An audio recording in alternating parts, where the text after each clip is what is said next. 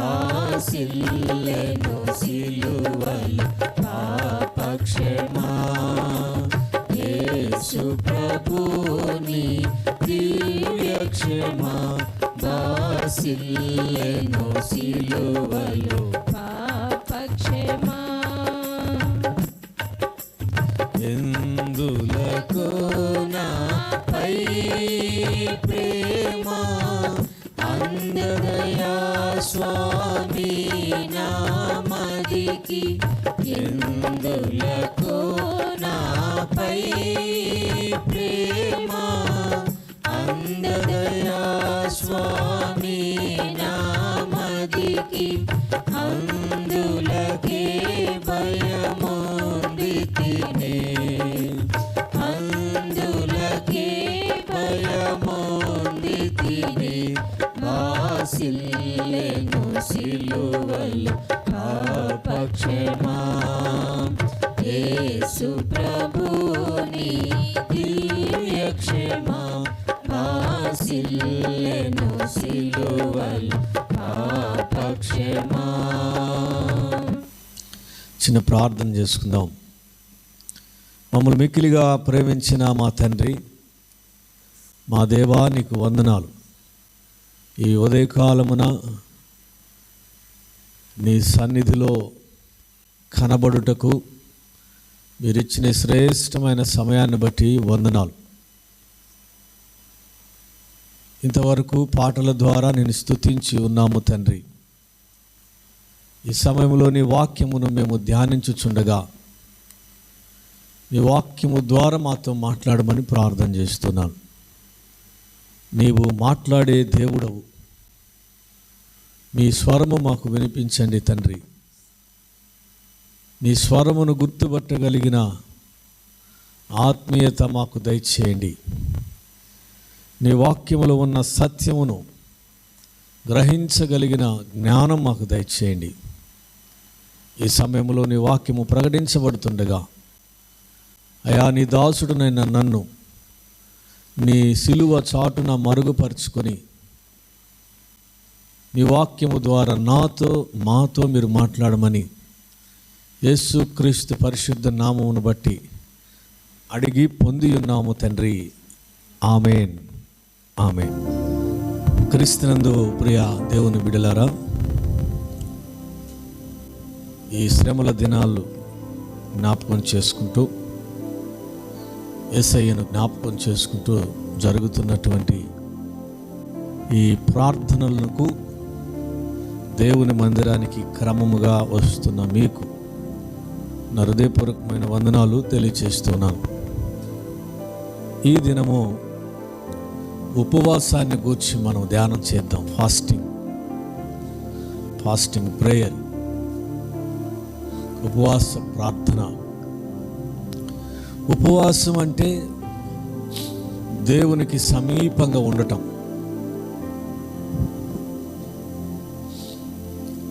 దేవుణ్ణి వెదకటం, ఆధ్యాత్మిక వృద్ధి కలిగి ఉండటం, పశ్చాత్తాపం నొందడానికి ఒక గుర్తుగానున్నది.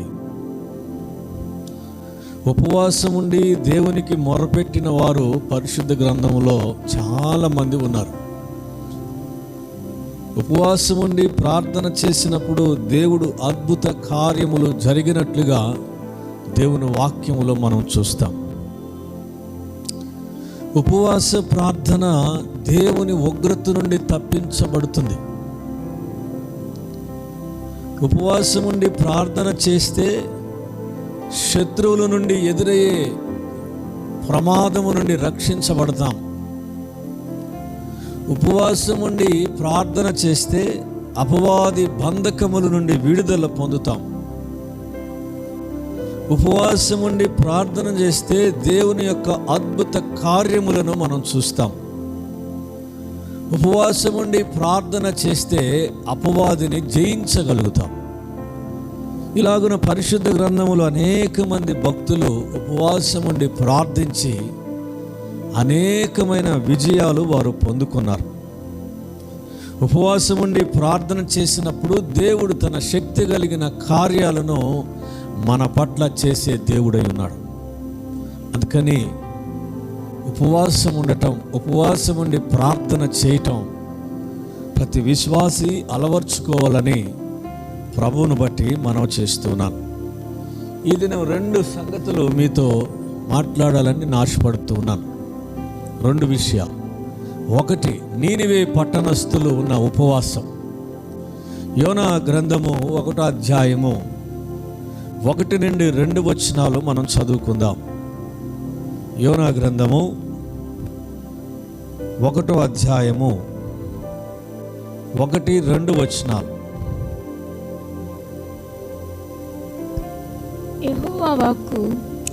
యెహోవా వాక్కు అమిత్తయి కుమారుడైన యోనాకు ప్రత్యక్షమై ఇలాగు సెలవిచ్చెను. నినివే పట్టణస్థుల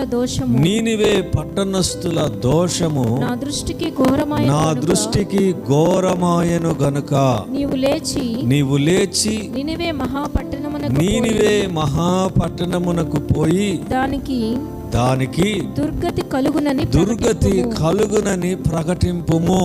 అయితే నీనివే పట్టణానికి వెళ్ళమని ప్రవక్త అయిన యోనాకు దేవుడు చెప్పాడు. ఎందుకు అంటే ఆ నీనివే పట్టణస్థుల యొక్క దోషం దేవుని దృష్టికి చాలా ఘోరంగా కనబడుతున్నది. అందుకని యోనాకు చెప్పాడు, యోనా, నీవు ఆ పట్టణములోనికి వెళ్ళి దేవుడు మిమ్మల్ని నశింప చేయబోతున్నాడు, మీకు మీ పట్టణానికి దుర్గతి పట్టబోతున్నది. మీ దుష్కార్యములను బట్టి, మీ దోషములను బట్టి, మీ పాపములను బట్టి, దేవుని భయము లేని తనమును బట్టి మీ పట్టణానికి దేవుని యొక్క ఉగ్రత రాబోతున్నదని చెప్పమని యోనాకు దేవుడు చెప్పే పట్టణానికి వెళ్ళమన్నాడు. అయితే యోనా వెళ్ళలేదు.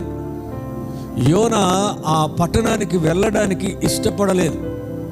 ఎందుకంటే ఆ పట్టణంలో ఉన్నటువంటి పాపం, దోషం వారిని మరలా హెచ్చరించి వారికి దుర్గతి కలుగ చేయాల్సినంత అవసరం లేదు.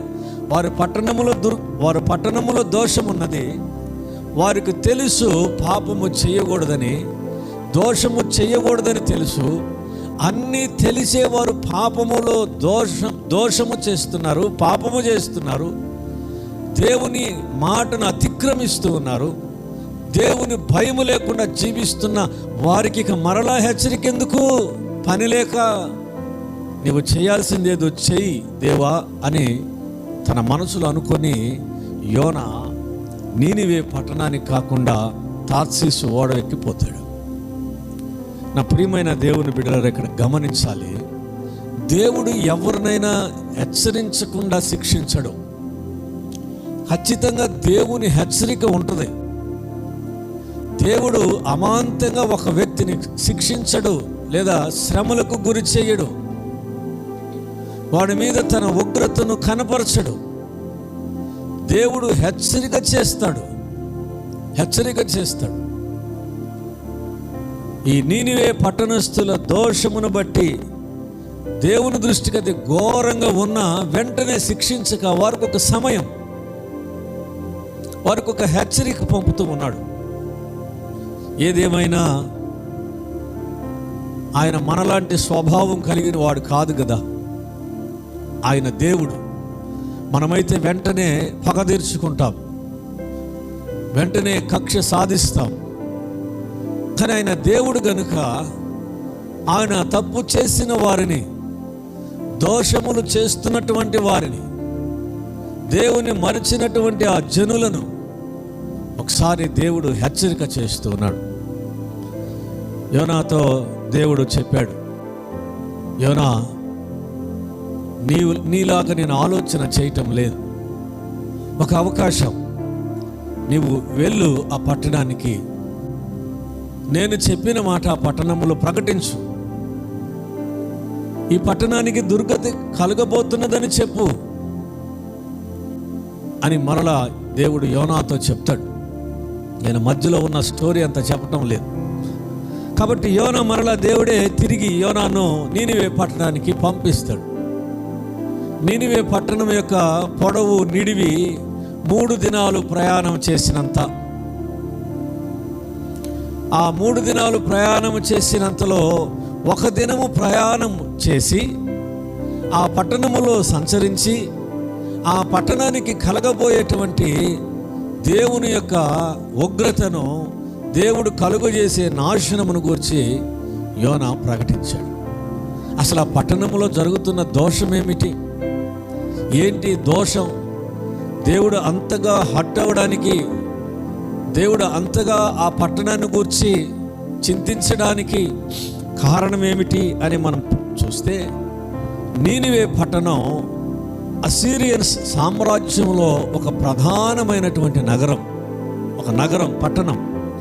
వీరి దోషం ఏమిటంటే, వీరు చేస్తున్న దోషం ఖైదీలుగా ఉన్నటువంటి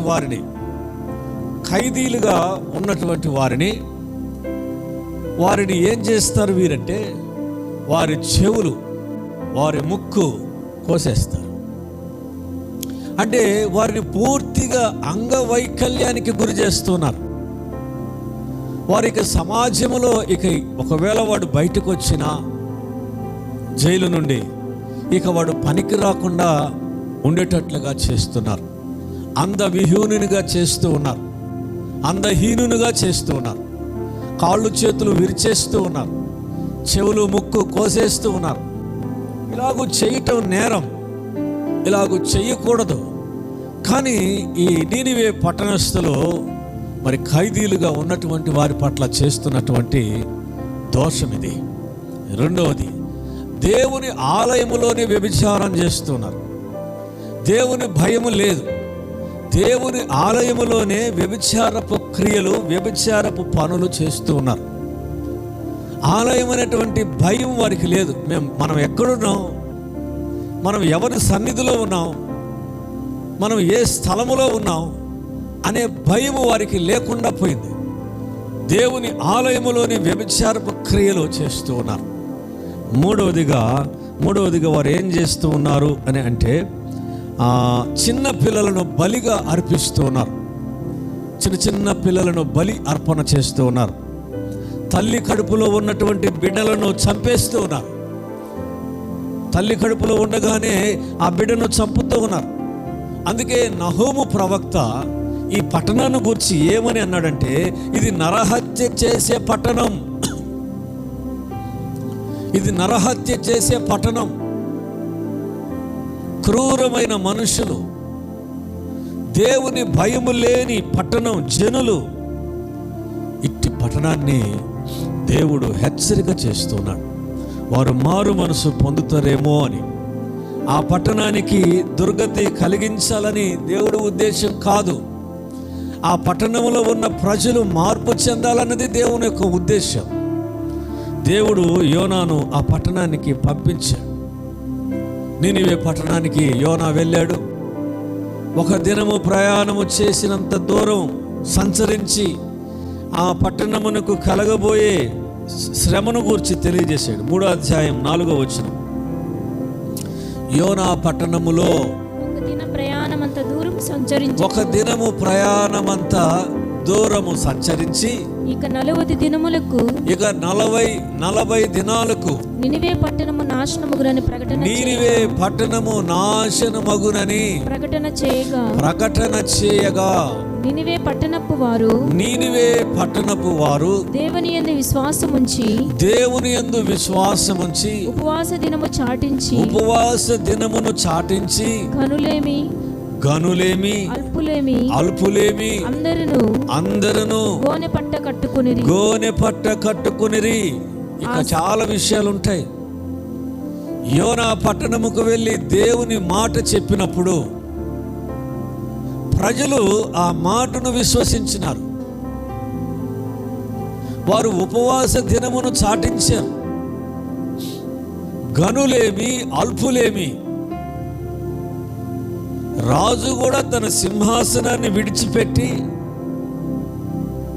మరి ఆయన కూడా గోనెపట్ట కట్టుకొని బూడిద చల్లుకొని వారు ఉపవాసాన్ని పాటిస్తూ ఉన్నారు. మనుషులు ఏది పుచ్చుకొనకూడదు. మరి మీ ఇళ్ళలో ఉన్నటువంటి జంతువులు, ఎడ్లు, ఆవులు, పశువులు, గొర్రెలు, మేకలు ఏవి కూడా గుక్కెడు మంచినీళ్ళు కూడా తాగడానికి లేదు. మనుషులందరూ కూడా అంట 3వ అధ్యాయం 9వ వచనంలో ఏమనున్నది? మనుషులందరూ తమ దుర్మార్గములను విడిచి తాము చేయు బలత్కారమును మానివేయవలెనని చెప్పాను.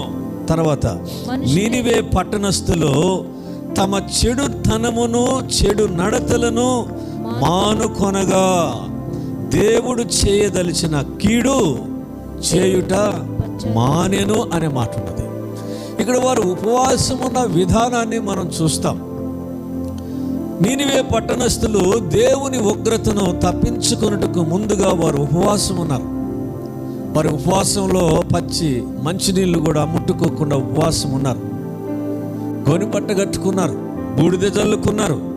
వారి బూడిద చల్లుకోవటం, గోనెపట్ట కట్టుకోవటం పశ్చాత్తాపమునకు గుర్తుగానున్నది. దేవుడు వారి ఉపవాసమును బట్టి, దేవుడు వారు గోనెపట్ట కట్టుకొనుటను బట్టి, బూడిదను వారి తల మీద చల్లుకొనుటను బట్టి దేవుడు తన చేయదలిసిన కీడు మానుకున్నాడా? కాదు ప్రియ దేవుని బిడ్డలారా, వారిలో ఉన్న చెడుతనమును విడిచిపెట్టారు. అక్కడ బైబిల్లో ఉన్నది, దేవుడు ఎందుకు తాను చేయదలిసిన కీడు చెయ్యకుండా ఆ పట్టణాన్ని కాపాడాడు లేదా మానుకున్నాడు ఆయన అంటే, ఒకటి, వారు మనపూర్వకముగా దేవుణ్ణి వేడుకున్నారు. మనపూర్వకముగా దేవుని వేడుకున్నారు. మనపూర్వముగా అంటే తమ దోషములను దేవుని ఎదుట ఒప్పుకున్నారు. తమ దోష క్రియలను బట్టి పశ్చాత్తాపపడ్డారు. తమ దుర్మార్గతను విడిచిపెట్టారు. అందుకే దేవుడు ఆ పట్టణం మీదకు కలుగు చేయబోయు ఉగ్రతను దేవుడు మానుకున్నాడు. నా ప్రియమైన దేవుని బిడ్డలారా, మనం ఉపవాసం ఉండటం ఒకటే కాదు, ఉపవాసం ఉండి మనపూర్వకముగా దేవుని వేడుకోవాలి. మనలో ఉన్న దోషమును పాపమును విడిచిపెట్టాలి. మనలో ఉన్న చెడుతనము తొలగిపోవాలి. మనలో ఉన్న చెడుతనము తొలగిపోకుండా 40 దినాలు నీవు ఉపవాసం ఉన్నా దేవుని ఉగ్రతను తప్పించుకోలేవు. వారు పశ్చాత్తాపడ్డారట. అయ్యో, మేము చేసింది తప్పు, మేము నడిచిన నడతలు తప్పు, మేము ప్రవర్తించిన ప్రవర్తన తప్పు, మేము చేసిన దోషములు, మేము నడిచిన నడత, మా క్రియలు దేవుని దృష్టిలో అన్నీ తప్పే అని తమ పాపములను దేవుని ఎదుట ఒప్పుకొని విడిచిపెట్టి పశ్చాత్తాపం పొందారు. దేవుని క్షమాపణ కోరుకున్నారు. వారు అన్నిటినీ మానుకున్నారు. వారు మానుకొనగా అని కదా అక్కడ ఉన్నది. వారు ఏం మానుకున్నారు? వారి చెడుతనమును మానుకొనగా 10వ వచనం, 3:10వ వచనం, నీనివే వారు తమ చెడు నడతలను మానుకొనగా. చాలు, దేవుడు చూస్తున్నాడు అన్ని. ఇప్పుడు దేవుడు వారిని కనిపెట్టి చూస్తున్నాడు. వారు ఉపవాసం ఉండి దేవుని సన్నిధిలో పశ్చాత్తాపడిన తర్వాత దేవుడు వారి క్రియలను గమనిస్తున్నాడు. మరలా వారు ఏమైనా చెడుతనములోనే ఉంటున్నారా, మరలా అదే దోషక్రియలు చేస్తూ ఉన్నారా అని దేవుడు గమనిస్తూ ఉన్నాడు. వారు వాటన్నిటిని మానుకున్నారు. వాక్యంలో చూస్తాం, మానుకున్నారు. ఇప్పుడు అవి చేయటం లేదు, ఆ దోషము చేయటం లేదు, ఆ పాపము చేయటం లేదు, ఆ చెడు నడతలు నడవటం లేదు. వారు మనపూర్వకముగా దేవుని వేడుకున్నారు, అయ్యా మమ్మల్ని క్షమించండి. ఉపవాసం ఉండి ప్రార్థన చేసేటప్పుడు ఉపవాసం ఒక్కటే ముఖ్యమైనది కాదు. ఆ ఉపవాసములో నీలో జరగవలసిన కార్యములు ఏమిటంటే, ఒకటి మనపూర్వకముగా దేవుని వేడుకోవడం, రెండవదిగా నీ దోషములను ఒప్పుకోవటం. మూడవదిగా నీవు దేవుని సన్నిధిలో పశ్చాత్తాపపడటం. 4 నీ చెడుతనమును విడిచిపెట్టడం. ఈ 4 క్రియలు నీ ఉపవాసములో జరగాలి.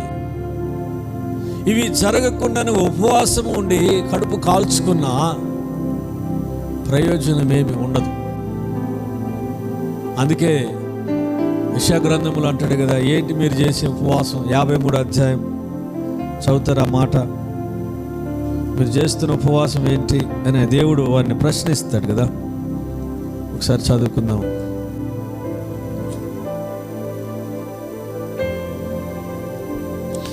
అధ్యాయం 58వ అధ్యాయం.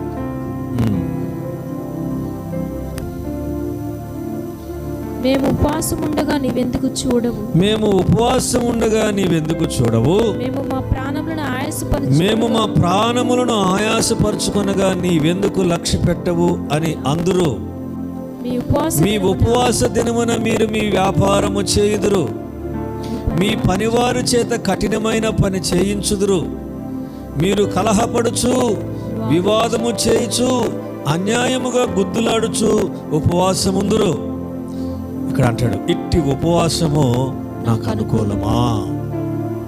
ఇటు ఉపవాసం ఉండి ప్రార్థన చేసే నీలో పశ్చాత్తాపము లేకుండా, దేవుని క్షమాపణ వేడుకోకుండా, నీ చెడు నడతలను మానుకోకుండా, నీ దుష్కార్యములను ఆపేయకుండా ఉపవాసం ఉంటే దేవుడు అంటున్నాడు, ఇట్టి ఉపవాసం నాకు అనుకూలమా? నా ప్రియమైన దేవుని బిడ్డలరా, మన ఉపవాసము ఉండటం అంటే మనలో జరగవలసిన క్రియలు ఇవి. మనలో జరగవలసిన క్రియలు. మారు మనసు పొందాలి, పాపముల నుండి విడుదల పొందాలి, మనలో ఉన్న ప్రతి విధమైన చెడు నడతను తొలగించుకొని ఉపవాసం ఉండి ప్రార్థించినప్పుడు దేవుడు చేయదలిసినటువంటి కీడు మానుకునే దేవుడుగా ఉన్నాడు. ఇక రెండో విషయానికి వస్తే, మనుషుల నుండి ఎదురయ్యేటువంటి ఉపద్రవంలో నుండి దేవుడు కాపాడబడటం మనం చూస్తాం. ఉపవాసం ఉండి ప్రార్థన చేశారు. పరిశుద్ధ గ్రంథంలో, ఎస్తేరు గ్రంథంలో మనం చూస్తాం. హామాను అనేటువంటి ఒక దుర్మార్గుడు ఒక దుర్మార్గమైన ఆలోచన చేస్తాడు. మరి ఆ దినాల్లో ఉన్నటువంటి యూదులందరినీ, 127 సంస్థానములలో ఉన్నటువంటి యూదులందరినీ ఒకే దినము వారిని హతము చేయడానికై రాజు దగ్గర రాజముద్రను తెచ్చుకున్నాడు. అన్ని సంస్థానాలకు లెటర్ పంపించేశాడు. ఇక కేవలం ఒక రోజు అనుకొని ఆ అందరినీ ఒకే రోజు, యూదులందరినీ ఒకే రోజు మట్టు పెట్టాలని దుర్మార్గమైన ఆలోచన చేశాడు. ఈ లెటరు, రాజు ముద్ర వేయబడినటువంటి ఆ ఉత్తరం షూషాను కోటకు కూడా పంపించబడింది. అక్కడ ఆ విషయం మొర్దెకైకి తెలిసింది. మొర్దెకైకి తెలిసినప్పుడు మొర్దెకై మరి ఆయన చాలా చాలా మహారోదనముతో కన్నీరు కార్చినాడట. ఆ షూషాను కోటలో ఉన్నటువంటి ప్రజలందరూ ఉపవాసం ఉండి ప్రార్థన చేశారట. ఎందుకంటే యూదులపై హామాను పన్నిన కుట్ర. ఒకసారి రాజముద్ర వేయబడిన తర్వాత, ఒకసారి రాజముద్ర పొందిన తర్వాత ఆజ్ఞను వెనకకు తీసుకోవటం జరగదు. రాజు కూడా వెనకకు తీసుకోడు. అది అలాగే కంటిన్యూ అవ్వాల్సిందే. అందుకే యూదులకు ఎదురవుతున్నటువంటి ఈ శ్రమ విషయమై ఒక దుర్మార్గుడైనటువంటి వ్యక్తి మరి యూదులకు మరి కలుగు చేస్తున్నటువంటి ఈ శ్రమ విషయమై వారందరూ ఉపవాసం ఉండి ప్రార్థన చేశారు. మహారోదనముతో కన్నీటితో వారికి ఎదురయ్యే శ్రమను బట్టి దేవుని సన్నిధిలో ప్రార్థన చేశారు. ప్రార్థన చేస్తే ఏం జరిగింది? అంటే ఒకటి, ఆ రాత్రి రాజుకు నిద్ర పట్టకుండా చేసింది ఈ ఉపవాస ప్రార్థన. ఈ ఉపవాస ప్రార్థన రాజుకు నిద్ర పట్టకుండా చేసింది. రెండవది, ఎస్తేరు రాణి ఏర్పాటు చేసిన విందుకు రాజు వచ్చేటట్లుగా చేసింది ఉపవాస ప్రార్థన. మూడు, ఎస్తేరు నీ విజ్ఞాపన ఏమిటని అతనే రాజే అడిగేటట్లుగా చేసింది ఈ ఉపవాస ప్రార్థన. రాజు మనస్సును త్వరపెట్టింది. ఎస్తేరు అప్పటికేం అడగలేదు, కానీ రాజే అడుగుతాడు. రాజమ్మా, ఏమి కావాలి ఎస్తేరు, నీకేమి కావాలి అని రాజు ఆమెను అడుగుతాడు. నాలుగో విషయం, ఉపవాసం ఉండి వారు ప్రార్థించినప్పుడు హామాను కుట్ర రాజుకు అర్థమయ్యేటట్లు చేసింది ఈ ఉపవాస ప్రార్థన. 5, రాజు ఆజ్ఞను ఏ మానవుడు మార్చజాలడు, అలాంటిది రాజే నా పేరట యూదుల పక్షమున తాకీదు రాయించి రాజు ఉంగరముతో దానిని ముద్రించుడి అని రాజే తన నోట పలికేటట్లు చేసింది ఉపవాస ప్రార్థన. ఉపవాస ప్రార్థన పరిస్థితులన్నిటినీ మార్చింది. హామాను యూదులకు విరోధముగా తలపెట్టిన చెడు యోచన తన తల మీదకే వచ్చేటట్లు చేసింది ఈ ఉపవాస ప్రార్థన. ప్రియమైన దేవుని బిడ్డలారా, ఉపవాసం ఉండి ప్రార్థన చేయటంలో వారు ఉపవాసం ఒక్కటే కాదు, అక్కడ ఉపవాసంలో ఏమున్నది? మహారోదనం ఉన్నది, కన్నీరున్నది. కన్నీటితో వారు ప్రార్థన చేశారు, మహారోదనముతో దేవునికి మొరపెట్టారు. మహారోదనముతో కన్నీటితో వారు చేసిన ప్రార్థనకు దేవుడు జవాబిస్తాడు. వాక్యం వింటున్న ప్రియ దేవుని బిడ్డలారా, నీవు ఎలాగన ఉపవాసం ఉంటున్నావు? వేషధారుల వలె ఉపవాసం ఉండకూడదట. యేసు ప్రభు చెప్పాడు కదా, మీరు ఉపవాసం ఉన్నప్పుడు మీ గదిలోనికి వెళ్ళి మోకరించి ప్రార్థించమని చెప్పాడు. మనం ఈరోజు ఉపవాసాన్ని గురించి చాలా సింపుల్గా చెప్పుకుంటున్నాం. బ్రదర్, ఈరోజు నేను ఉపవాసం ఉన్నాను బ్రదర్, 40 days ఉన్నాను బ్రదర్. నువ్వు 40 days ఉన్నా, 80 days ఉన్నా, నీలో మార్పు లేకపోతే, నీలో పశ్చాత్తాపం లేకపోతే, మీ చెడు నడతలను విడిచిపెట్టకపోతే, మీ దుర్మార్గపు క్రియలను విడిచిపెట్టకపోతే, మీ ప్రార్థనలో కన్నీరు లేకపోతే, మీ ప్రార్థనలో మహారోదనము కనబడకపోతే, అట్టి ప్రార్థనకు, అట్టి ఉపవాసానికి దేవుడు స్పందించడు. దేవుడు స్పందించగలిగే ప్రార్థన, నీ ప్రార్థనలో కన్నీరు ఉండాలి, ఆ వేదన ఉండాలి, ఆ దుఃఖం ఉండాలి, ఆ బాధ ఉండాలి. ఉపవాసం ఉండి ప్రార్థించేటప్పుడు ఆ బాధ నీలో ఉండాలి. దేవుడు తన ఉద్దేశాలను కూడా మార్చుకోగలిగినట్లు చేసింది నీనివే పట్టణస్థుల ప్రార్థన.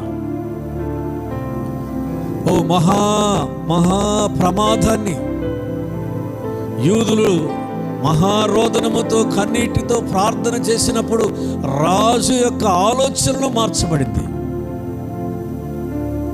ఈరోజు మనం ప్రార్థన చేస్తే మరి ఆ ప్రార్థన దేవుడికి అంగీకారంగా ఉంటున్నదా? నీ ఉపవాసం దినములు, ఈ 40 రోజుల్లో నీవు ఉండి ఉపవాసం ఉండి ప్రార్థించుతున్నా నీ జీవితంలో నీలో మార్పు లేకుండా దేవుడు గమనిస్తాడు. ఈ 40 days, ఈ 40 దినాలు దేవుడు మనల్ని గమనిస్తాడు. ఈ 40 దినాలు ఒక్కొక్క రోజు నీ ప్రవర్తన దేవుడు చూస్తాడు. నిన్ను ప్రభు గమనిస్తూ ఉంటాడు. నీలో ఏ మార్పు లేకపోతే దేవుని కార్యములు మనం చూడలేము. నీనివే పట్టణస్థులు విశ్వాసం ఉంచారు, మనపూర్వకముగా వేడుకున్నారు. వారు చెడు నడతను విడిచిపెట్టారు, వారు దుష్కార్యములు దేవుని ఎదుట ఒప్పుకున్నారు, గోనెపట్ట కట్టుకొని పశ్చాత్తాపపడి దేవుని సన్నిధిలో ప్రార్థించారు గనుక దేవుడు వారి పట్ల చేయదలిసిన కార్యమును దేవుడు మానివేశాడు. ఇక్కడ ఎస్తేరు గ్రంథంలో ఉన్నటువంటి యూదులు ఉపవాసం ఉండి వారి మీదకు రాబోతున్న ఉగ్రత కొరకై ప్రార్థించారు. ఆ ప్రార్థనలో కన్నీరున్నది, ప్రార్థనలో మహారోదనం ఉన్నది. వారు చేసిన ప్రార్థనకు దేవుడు జవాబిచ్చాడు. పరిస్థితులన్నిటిని దేవుడు వారికి అనుకూలంగా మార్చినాడు. ఈరోజు నా ప్రియ దేవుని బిడ్డలారా, మనము కూడా ఉపవాసం ఉండి ప్రార్థించేటప్పుడు నీనివే పట్టణస్తుల్లాగా మరి ఎస్తేరు గ్రంథములో ఉన్నటువంటి యూదులు ప్రార్థించిన రీతిగా మనము కూడా ప్రార్థించవలసిన వారమై ఉన్నామని ప్రభుని బట్టి మనవి చేస్తున్నాను. దేవుడి మాటలు మన వినికిడిలో దీవించి ఆశీర్వదించునుగాక. ఆమేన్. ప్రార్థన చేసుకుందాం. మహాపరిశుద్ధుడా, ప్రేమ కలిగిన మా తండ్రి, మా దేవానికి వందనాలు. ఈ ఉదయకాలమున మా మధ్యకు తీసుకొచ్చిన నాయన అంశమును బట్టి నీకు వందనాలు, స్తుతులు, స్తోత్రాలు చెల్లిస్తున్నాం. పరిశుద్ధుడా, ఉపవాసం ఉండి ప్రార్థన చేస్తే అద్భుతమైన కార్యములు జరిగించే దేవుడుగా మీరున్నారు. అయితే మా ఉపవాసములో ప్రభా మా ఒప్పుకోలు అవసరం, మా పశ్చాత్తాపం అవసరమని, మా చెడు నడతలు విడిచిపెట్టాలని, మా దుష్కార్యములు మానుకొని ప్రభా నీ సన్నిధిలో కనిపెట్టినప్పుడు దేవా నీవు గొప్ప కార్యములు చేసే దేవుడు అని మీరు తెలియచేశారు. ఎస్తేరు గ్రంథంలో ఉన్న మరి యూదులు ప్రభా, మొర్దెకై, ఎస్తేరు వారు 3 దినములు ఉపవాసం ఉండి ప్రభా ప్రార్థించినప్పుడు రాజు దగ్గరికి వెళ్ళగలిగే పరిస్థితులు మీరు కలుగు చేసినారు. ఎంత గొప్ప కార్యము ప్రభా, నీకు వందనాలు. మా జీవితంలో కూడా నీవు కార్యములు చేయగలిగేటట్లుగా మా ఉపవాస దినములు ఉండినట్లుగా దీవించమని ప్రార్థన చేస్తున్నాను. ఈ 40 దినాలు ఉపవాసం ఉండే ప్రతి బిడ్డ ప్రభువా, వారి జీవితంలో ఉన్న ప్రతి విధమైన చెడును నాయన తొలగించుకుని వారి ఆలోచనలన్నిటిని కూడా పరిశుద్ధపరిచి వారి హృదయంలో ఉన్నటువంటి వేదనను ఎరిగిన దేవుడిగా వారి పక్షమున నిలబడి సహాయం చేయమని ప్రార్థన చేస్తున్నాను. ఉదయకాలం నీ మాటలు వింటున్న ప్రతి నీ ప్రియబిడ్డను మీరు దీవించమని, ఆశీర్వదించమని యేసుక్రీస్తు పరిశుద్ధ నామమును బట్టి ప్రార్థించి అడిగి వేడుకొనుచున్నాను పరమ తండ్రి. ఆమేన్. ఆమేన్.